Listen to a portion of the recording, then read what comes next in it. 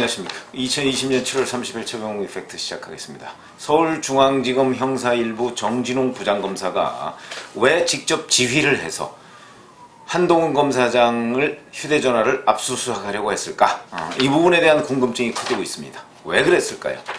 사실 여기저기에 이런저런 보도들이 나왔습니다. 그런데 압수수색 영장은요 7월 24일 날 수사심의위원회가 열렸죠. 그 수사심의위원회가 열리기 전날 7월 23일 날 받아놓은 걸 지금 들고 있던 겁니다. 그러니까 바로 뭐 어제나 그저께 압수수색 영장을 법원으로부터 발부받아서 집행한 것이 아니고 7월 23일 수사심의위원회가 열리기 하루 전날 받아서 들고 있다가 그동안에 이 영장 집행을 안 하고 있다가 어제 갑자기 집행을 한 겁니다. 그런데 그 영장 집행에는 지금까지 알려진 바로는 휴대전화를 압수수색하는 것이 아니고 휴대전화 안에 있는 유심칩, 유심카드 이걸 압수수색하려고 영장에 그렇게 기록이 돼 있다. 이렇게 한동훈 검사장이 말을 하고 있습니다. 그런 거 보면 이 얘기가 맞는 것으로 보입니다. 그러니까 유심칩만 영장에 적시가 돼 있다는 것이죠. 그러면 이 유심칩은 왜 지난번에 그 압수수색을 안 했을까? 그런데 보니까 6월 16일 날 압수수색을 그 휴대전화 단말기를 압수했거든요. 근데 이 당시에는 유심칩을 왜 안 했나? 뭐 이런 의문이 있는데 이거는 또 조선일보를 보면 그 당시에 같이 압수했다가 유심칩은 돌려줬다고 하거든요. 그런 보도가 있습니다. 그러면 유심칩을 휴대전화를 압수해서 단말기는 검찰이 지금 가지고 있는데 왜 유심칩을 그 당시에 돌려줬는데 이번에 다시 또 마음이 변해서 유심칩을 압수하려고 별도의 압수수색 영장을 발부받았을까? 이런 것들이 궁금한 대목이죠. 그래서 이제 이런 대목에서 지금 뭐 이제 중앙일보를 비롯해서 몇몇 신문들을 보면 이 미스터리로 이게 남는 겁니다. 왜 유심칩을 돌려줬다가 이번에 다시 압수하려고 했느냐? 이런 부분인데 우선 간단하게 유심칩이라는 게 뭐냐? 이렇게 휴대전화 이렇게 열어보시면 그 안에 그 이렇게 뭐 SD 카드처럼 되어 있는 요만한 그 카드가 있습니다. 그걸 유심카드 또는 유심칩이라고 합니다. 그럼 그 안에 무슨 내용이 있느냐? 이 유심칩은 기본적으로 통신사에 있는 기지국하고 휴대전화를 연결해주는 장치입니다. 기지국이라는 게 이제 곳곳에 있죠. 뭐 여러 군데 이제 통신사가 있고 통신사의 기지국이라는 것이 이제 각 그 전국에 이렇게 쫙 퍼져 있습니다. 굉장히 많습니다. 근데 그 기지국하고 이 휴대전화를 연결해주는 그런 장치를 유심카드라고 하는데 여기에는 흔히 얘기하는 사진이나 음성 파일 이런 것들은 여기 저장되지 않습니다. 그러니까 사진이나 음성 파일을 보려고 했다면 이 유심칩을 유심카드를 압수수색하면 안 되는 것이고요. 그러면 여기에 이제 보통의 경우에 연락처나 문자 메시지 뭐 이런 것들이 이제 이 유심칩에 그 저장을 할 수가 있는데 보통의 경우에 이제 이건 아이폰이라고 하거든요. 지금 한동훈 검사장이 쓰고 있는 아이폰에는 이 연락처나 문자 메시지를 별도로 본인이 저장할 수 있도록 설정을 해놓지 않으면 그러면 그것도 또 저장이 안 된다고 합니다. 그러니까 유심칩을 압수수색하는 것 자체가 무의미하다. 일반적으로 이제 그 어떤 정보 분석 학자들이나 이런 사람들은 그렇게 얘기합니다. 그렇기 때문에 도대체 왜 전화번호와 문자 메시지 저장 기능도 없는 그런 아이폰의 유심칩을 그 압수하려고 했을까? 뭐 이런 부분이 이제 궁금증으로 남는 것이고 그러다 보니까 이제 여러 가지 관측들이 있습니다. 그 관측, 이 관측이 뭐 어떤 게 맞는지 그것도 저도 뭐 그 휴대전화 전문가가 아니라서 잘 모르겠습니다만은 그동안에 이제 언론에 보도된 내용 같은 걸 한번 토대로 말씀을 드리면 이 유심칩을 빌미로 해서 이 유심칩에 대한 압수수색 영장을 발부받아서 그리고 만약에 한동훈 검사장이 이제 전화를 어디로 하려고 비밀번호를 입력할 때 그래서 비밀번호를 해제해 놓으면 그때 얼른 덮쳐서 이 휴대전화를 빼앗아서 그래서 이걸 휴대전화를 들여다보려고 했던 것 아니냐 요렇게 이제 추측을 하는 분석이 있습니다. 휴대전화를 원래 노린 것은 휴대전화를 보려고 한 것이다. 그러니까 이 말은 어느 정도 일리가 있는 것이 그 정진웅 부장검사가 해명을 해가면서 자기가 이제 뭐 강제로 뭐 한 거 아니다 그러면서 해명한 내용 중에 뭐가 있냐면 자기가 변호사하고 통화할 수 있다 이렇게 얘기를 해서 이제 잠금 해제하는 마지막 비밀번호를 누르기 직전에 자기가 옆에서 제지를 했다 뭐 이런 얘기를 한 적이 있습니다. 그렇다면 결국 휴대전화 비밀번호 해제 순간을 노렸다 이런 얘기가 되는 것이죠. 그럼 왜 그랬을까? 그건 역시 휴대전화를 뭔가 들여다보려고 했던 것 아니냐. 이제 이런 관측이 하나 있고요. 그러니까 이제 비밀번호가 해제되면 그때는 휴대전화를 볼 수 있는 거 아니겠습니까? 왜냐면 6월 16일에 압수했던 그 휴대전화는요, 아직까지 비밀번호를 못 풀고 있습니다. 그러니까 한동훈 검사장이 내 휴대전화에 나는 뭐 공모 의혹이 있는 것도 아닌데 왜 그걸 들여다보려고 하느냐 그러면서 협조를 안 해주고 있습니다. 그 비밀번호를 못 풀고 있으니까 휴대전화를 못 들여다보고 있는 거죠.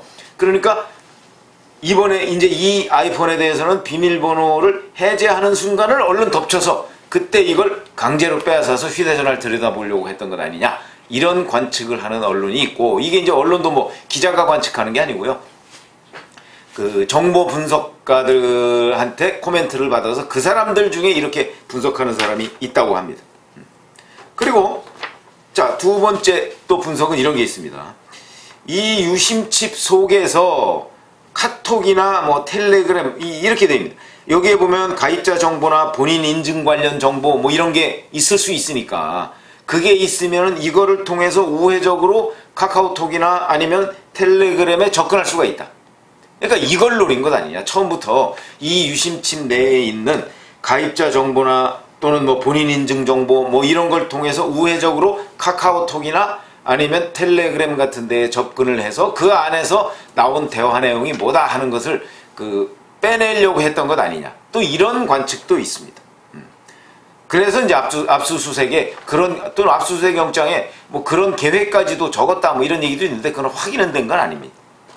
근데 이거는 그럼 왜 카카오톡이나 텔레그램에 접근을 하려고 했느냐 하는 부분에 대한 궁금증이 또 있더라고요. 근데 이거는 채널A가 이제 이동재 전 기자에 대해서 자체적으로 조사를 한 내용이 있습니다. 그 조사 내용에 보면 이런 내용이 있다고 하는데, 3월 10일에 카카오 보이스톡을 통해서 이동재 기자와 후배 기자가 통화한 내용이 있는데, 여기에는 이제 한동훈 검사장하고 직접 통화한 건 아닙니다. 근데 이동재 기자가 후배 기자하고 통화하는 와중에 이런 식으로 얘기를 한다고 합니다. 취재가 어렵다고 하니까 한 검사장이 내가 수사팀에 말해줄 수 있다, 나를 팔아라고 얘기를 했다, 이렇게 이동재 기자가 후배 기자한테 얘기를 했다는 대목이 나온다고 합니다. 채널A의 진상조사 보고서에. 그러니까 여기에 주목을 했겠죠, 검찰에서는. 아, 그래? 그러면 한동훈과 이동재 사이에 혹시 한동훈이 자, 내가 도와줄게, 나를 팔아라, 수사팀에. 취재 어렵다고 하니까 한 검사장이 내가 수사팀에 말해줄 수 있다, 이런 내용들을 이제 카카오톡이나 텔레그램을 통해서 찾아내려고 했던 것 아니냐. 그래서 이런 무리수를 뒀던 것 아니냐. 이거는 제법 아주 그럴듯한 그림입니다. 그런데 여기서 이제 하나 또 맹점은 이런 게 있습니다. 이동재 기자가 정말 한동훈 검사장으로부터 그런 얘기를 들었느냐 하는 부분이 있을 수 있죠.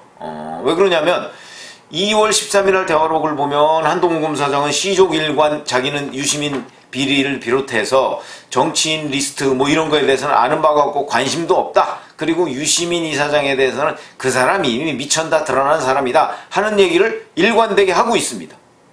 그리고 거기에서 도와주겠다는 얘기 없습니다. 다만 이동재 기자가 우리가 이철 전 밸류인베스트먼트 코리아 대표, 이 사람들 와이프도 찾아다니고 뭐 아파트도 찾아다니고 열심히 지금 취재하고, 그 다음에 본인이 이철 씨한테 이런저런 뭐 편지도 쓰고 뭐 했다니까, 아이고 뭐 그러다 한 건 걸리면 되지. 이거는 그냥 일반론으로 얘기하는 겁니다. 그러다가 뭐 한 건 걸리겠지. 그러나 자기가 도와주겠다든지 자기가 어떤 역할을 해주겠다든지 하는 얘기는 대화록에 전혀 없습니다. 그리고 실질적으로 제가 여러 차례 말씀드렸지만 검사가 기자한테 내가 그거 도와주겠다고 얘기를 할 이유가 없죠. 그러니까 공모를 할 이유가 없다, 이런 말씀입니다. 기자한테 차라리 자기가 가지고 있는 정보를 흘려서 뭔가 소기의 목적을 달성하려고 하는 것은 있을 수 있는데, 뭐 기자한테 뭐 도와준다 뭐 이럴 이유가 뭐가 있겠습니까? 그거는 제가 기자 생활을 하면서 한 번도 들어보지 못한 얘기거든요. 그렇기 때문에 제가 보건대는 이 카카오톡 대화 내용 중에 이동재 기자가 후배 기자한테 얘기했던 거, 이것도 아마 실제 이동재 기자가 한동훈 검사장으로부터 들었다기보다는 아마 후배 기자한테 내가 이렇게 지금 열심히 뭔가 검찰하고 이런 어떤 네트워크를 통해서 취재를 하고 있으니까 너도 열심히 해, 라는 말로 지어냈을 가능성이 꽤 많은 것 아닌가. 저는 그렇게 생각합니다. 그렇기 때문에 이 부분이 이제 물론 규명이 돼야 되죠. 근데 검찰은 아마 이 부분을 찾아내려고 지금 하고 있는 모양인데, 아마 찾아내도 제가 보기에는 그 대화 자체가 한동훈 검사장과 이동재 전 기자 사이에 없었을 것이다, 저는 이렇게 보는 것이죠. 뭐 그런 찾아내려는 노력은 좋지만, 이런 찾아내려는 노력이 저런 식으로 거의 폭력적인 방법으로 행해져서는 곤란한 것이죠. 이거는 합법적으로 압수수색 영장에 의해서 합법적으로 돼야지, 뭐 비밀번호를 해제하는 순간을 덮쳐서 그걸 뺏어간다? 이게 말이 안 되는 거 아니겠습니까? 말이 안 되는 거다. 이런 얘기가 있는데, 여하튼 제가 지금 오늘 말씀드린 내용은 바로 이 유심칩을 얻으려고 했다는 정진웅 부장검사의 그 압수수색 영장 내용과 행태, 이것이 도대체가 미스터리다. 근데 그거는 어떻게 이해해야 할 것인가, 이 무리수를 어떻게 이해해야 할 것인가 하는 부분, 그 부분을 제가 전체적으로 말씀을 드렸고요. 말씀 나온 김에 하나 더 얘기하겠습니다. 이제 그 관련자 진술이나 뭐 이런 걸 통해서 정진웅 부장검사는 자기가 압수수색을 집행하는 과정에서 한동훈 검사장이 그 압수수색을 회피하려고 해서 그것을 제지하는 과정에서 이런 그 뭐 육탄전, 몸싸움이 있었다, 뭐 이런 식으로 어저께 반박자료를 냈었는데, 그거에 대해서 오늘 중앙지검이 말을 바꿨습니다. 그게 아니고 한동훈 관련자 진술이나 뭐 관련 영상 이런 걸 확인해 보니까 한동훈 검사장의 공무집행 방해 행위는 없었다, 이렇게 결론을 내렸다고 합니다. 그러니까 한동훈 검사장이 그 압수수색 영장 집행을 저지하려는 움직임이 없었다 이거죠. 그럼 그렇게 따지면 어제 정진웅 부장검사가 얘기했다는 초반에 그거 저지했기 때문에 자기가 어쩔 수 없이 그랬다는 부분은 거짓이었다, 이런 얘기가 되고요. 다만 서울중앙지검이 이런 얘기를 했다고 합니다.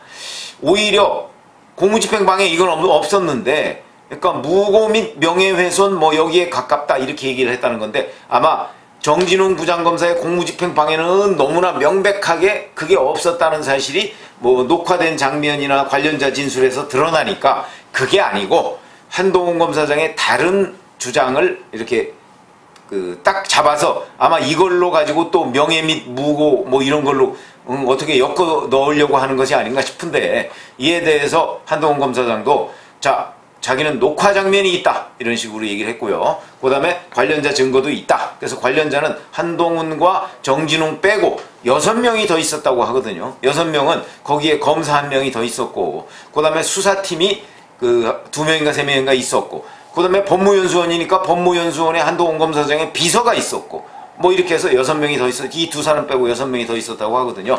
물론 그 사람들은 각자 법무연수원 사람은 한동훈 검사장 편 들고, 또 서울중앙지검 수사팀은 뭐 정진웅 부장검사 편을 들을지 모르겠으나, 여하튼 그거하고 영상이 있다고 하는데, 영상도 직접 막 두 사람이 엉켜서 뭐 치고받고 하는 그런 장면은 영상에 녹화가 돼 있지 않고요. 다만 사태를 이 수습하는 과정, 정진웅 부장검사가 이런 영상은 있다고는 합니다.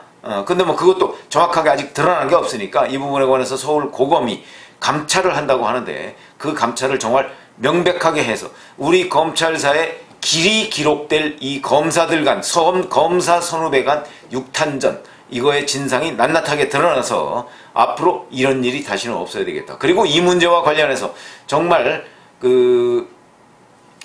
독직폭행이라고 한동훈 검사장이 고소를 했는데, 이 독직폭행이 사실이냐? 독직폭행은요, 먼저 과거의 고문 사건의 주범이었죠. 이근한 경감이 독직폭행으로 처벌을 받은 적이 있습니다. 독직폭행은 일반인들의 폭행보다 훨씬 더 가중처벌하기로 되어 있습니다. 그러니까 이 정진웅 부장검사가 과연 독직폭행에 해당하는지, 이 부분에 관해서도 감찰과 더불어서 저는 수사에 착수해야 된다. 그래야 이런 조폭 같은 행태가 검사들 간에 다시는 발생하지 않는 것 아닌가. 그래서 이번에 검사들의 민낯이 낱낱이 드러났는데, 그 검사들의 민낯이 누가 과연 이 민낯을 촉발했는가 하는 부분을 이번에 분명하게 밝혀서 다시는 이런 무슨 뭔가를 조작을 하려고 하는 듯한 시도, 이런 것들이 검사들에 의해서 이루어져서는 되지 않겠다 하는 말씀을 제가 분명하게 드립니다. 감사합니다.